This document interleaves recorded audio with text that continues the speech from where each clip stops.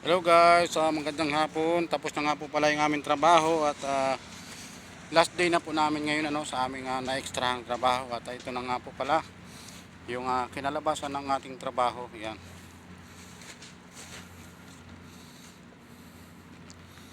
Ito po yung kabuuhan at kitang-kita nyo naman talaga na napakalaki ng aming ginawa. Ginawa po lamang namin ito sa looban ng 4 na araw. Kasama na po ang pagbibinding, lahat po yan ay ginawa namin sa looban ng 4 na araw lahat. Yan may mga biga pa na na mga extra biga. May papatong po kasi ditong makina. Yan Di ba may kalakihan din po itong ginawa namin ito at hindi nga namin nakalain na matatapos din namin sa looban ng 4 na araw. At bukas nga rin po pala, naka-schedule na rin po itong buhusan. Naka-schedule na po itong buhusan bukas. Ando po si Valencia at si Unisa sa dulo, nagtatali pa doon. Pero patapos na rin po sila. Patapos na rin po sila doon. May mga remaining na lang tinatalian na ilang piraso.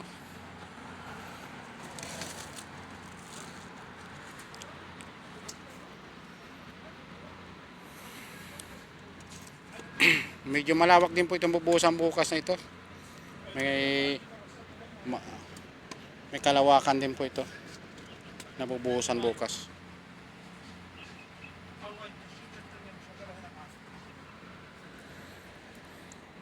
Yan, kompleto na po yan May mga biga, yan, kompleto na lahat, spacer.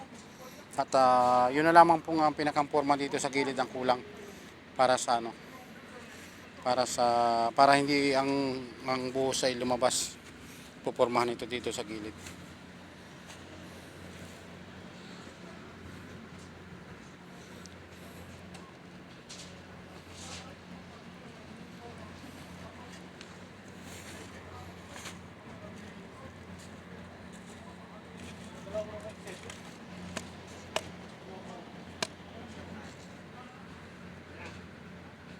Yan po yung nagpatrabaho sa amin, yung naglalakad na nakaitim na yan.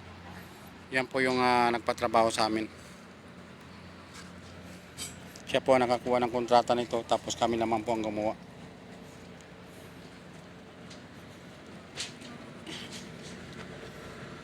Malapit na rin po tayong umuwi at na lang, hinihintay ko na lang yung mga kasama ko. Kasi yun nga, yung mga remaining na lang ang mga natitira ang siguro mga pinakamatagal na siguro kalahating oras na, ipagpalagay kalahating oras at sila rin po ay titigil na rin sa kanilang ginagawa kasi need na po nating umuwi na rin. Tapos na ang ating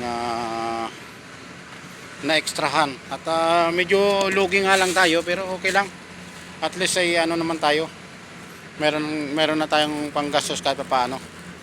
Kasi sa totoo lang hindi pa namin po alam kung kailan ba talaga namin makukuha yung pera namin. Isang buwan na kami nag-aantay simula nung kami natapos ang hearing sa aming dating pinapasukan at nakakaisang buwan na po tayo nag-aantay at hindi natin alam ang eksaktong petsa, araw o buwan kung kailan nila tayo babayaran. Kaya napakahirap din napakahirap ng ating kalagayan bilang isang simpleng OFW na nangarap. Sa totoo lang nung umpisa naman ay okay naman ang dito. Ngayon na lamang bandang huli talaga tayo medyo nagka-problema ang ating pinapasukan. Pero dati naman okay naman okay naman dati.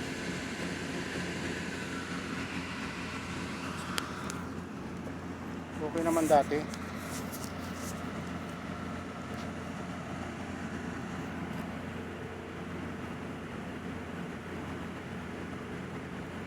Dati okay naman yung trabaho namin dati. Ang naging problema naman ngayon, yun nga yung mga remaining salary, yung mga residence ID, yun ang naging problema. Kaya halos lahat ay umalis na dito sa aming dating pinapasukan, no? Napakahirap ng ano.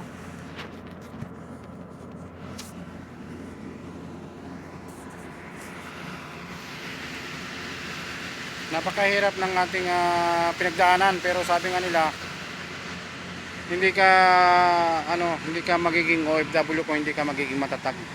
Pero siguro kasabihan na lamang din 'yon. Kung matindi talaga yung pinagdadaanan bilang isang OFW, imposible naman na hindi ka rin manghihina, no? Hindi ka rin panghinaan ng loob.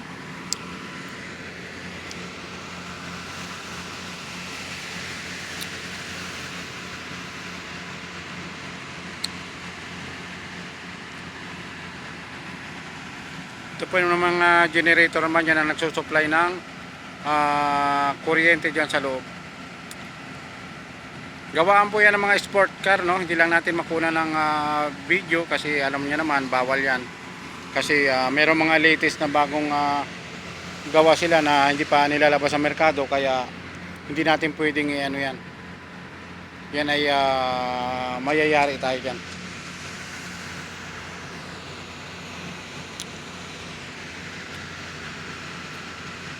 Sa mga nagtatanong po, no, tayo po ay matagal na nag-stop work, matagal na. Bali 10 lahat kami, 6 kami, tapos mga siguro kami lahat 12 Pilipino na matagal lang hindi nagtatrabaho. Pa sideline na lang pag mayroong nagsabi na mapapasukan tayo, yan, at sa sideline tayo. At kung wala naman ay yun din. Talagang mag-aantay talaga tayo. Mahirap ang lalo't siyempre nasa ibang bansa tayo, sino lalapitan natin dito? Alam niyo po, kahit sino na lang talaga minsan ang nalalapitan ko. At nahiya na nga tayo. Eh wala rin naman tayo magagawa, kaysa naman tayo gumawa ng hindi maganda, di ba? Makiusap na lang tayo sa mga taong yung ibig sabihin ay busilak yung mga kalooban at saka merong kakayanan na tumulong. Diba? Hindi mo masamang dumaing. Natural lang sa isang tao yan. Kung hindi ka naman dadaing, eh ano naman ang mo, ano naman kakainin mo, ano naman ang yung kailangan lumapit ka sa mga taong itinuturing ka rin tinuturing ka rin na talagang totoong kakampi at kapatid, ganun lahat. Huwag kang mahiya.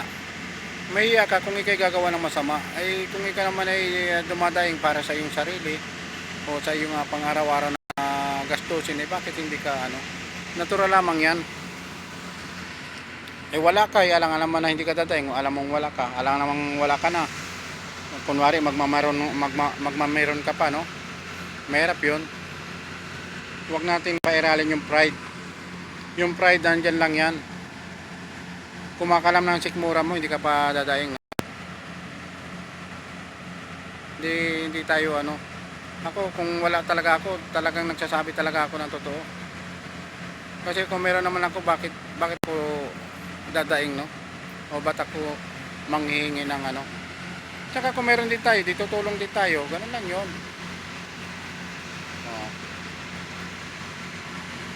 Huwag tayong mahiya. Kasi kung marunong kang magbigay, ganon din yun. Ganon din ang iba. Ayan, at pauwi na po tayo, no? Maraming salamat sa inyo at magandang gabi. Advance Merry Christmas po sa lahat. Bye bye po. Maraming salamat.